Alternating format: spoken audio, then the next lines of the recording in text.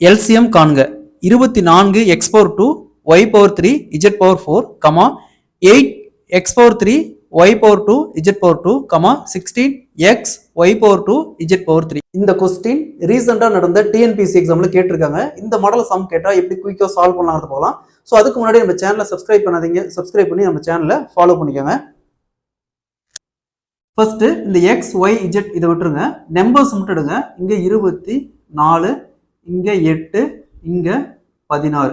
So இதுக்கு மூணுக்கும் LCM எடுக்கலாம். எல்சிஎம் எடுத்தால் ஃபர்ஸ்ட் ரெண்டால் கேன்சல் பண்ணா 12, 4, 8. அகைன் ரெண்டால் கேன்சல் பண்ணா 6, 2, 4. அகைன் ரெண்டால் கேன்சல் பண்ணா 3, 1, 2. 2 × 3 × 1 × 2 இதை பெருக்குனா 48 வருது. ஸோ 48. ஸோ உங்கள் எக்ஸில் பவரில் அதிகமாக இருக்கிற வேல்யூ எதுன்னு பாருங்கள், எக்ஸ் பவர் 3 தான் அதிகமாக இருக்குது. அப்போ எக்ஸ் பவர் 3 போட்டுக்கோங்க. அடுத்தது ஒய்யில் பவரில் அதிகமாக இருக்கிற value y power 3, y power 3.